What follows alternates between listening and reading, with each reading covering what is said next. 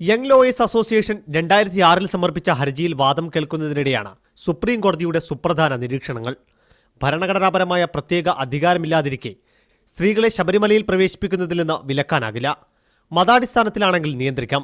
എന്നാൽ ഒരേ മതത്തിൽ വിശ്വസിക്കുന്ന സ്ത്രീക്കും പുരുഷനും തമ്മിൽ വേർതിരിവ് പ്രായോഗികമാകുന്നത് എങ്ങനെ? 1500 വർഷം മുമ്പ് സ്ത്രീകൾ ശബരിമലയിൽ പ്രവേശിച്ചിട്ടില്ല എന്നതിന് തെളിവുണ്ടോ എന്നും കോടതി ചോദിച്ചു.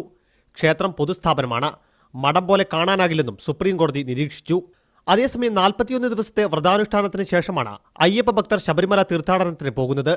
ആർത്തവമുള്ള സ്ത്രീകൾക്ക് 41 ദിവസത്തെ വ്രതം അനുഷ്ഠിക്കാൻ കഴിയില്ലെന്നും അതിനാലാണ് കുട്ടികൾക്കും പ്രായം കൂടുതലുള്ള സ്ത്രീകൾക്കും മാത്രം പ്രവേശിക്കാൻ അനുമതി നൽകുന്നതെന്നും ദേവസ്വം ബോർഡ് വാദിച്ചു. 2006-ൽ ഹർജി ആദ്യമായി പരിഗണിച്ചപ്പോൾ സ്ത്രീകൾക്കും പ്രവേശമാകാമെന്ന് അന്നത്തെ LDF സർക്കാർ കോടതിയിൽ സത്യവാങ്മൂലം നൽകിയിരുന്നു. എന്നാൽ നിലവിലുള്ള രീതി തുടരണമെന്ന നിലപാടാണ് ഇന്ന് കോടതിയിൽ സർക്കാർ അറിയിച്ചത്.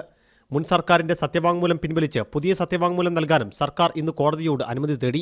കേസ് അടുത്തയാഴ്ച വീണ്ടും പരിഗണിക്കുമ്പോൾ സംസ്ഥാന സർക്കാർ പുതിയ സത്യവാങ്മൂലം നൽകും. സവാദ് മുഹമ്മദ്, മീഡിയ 1, ഡൽഹി.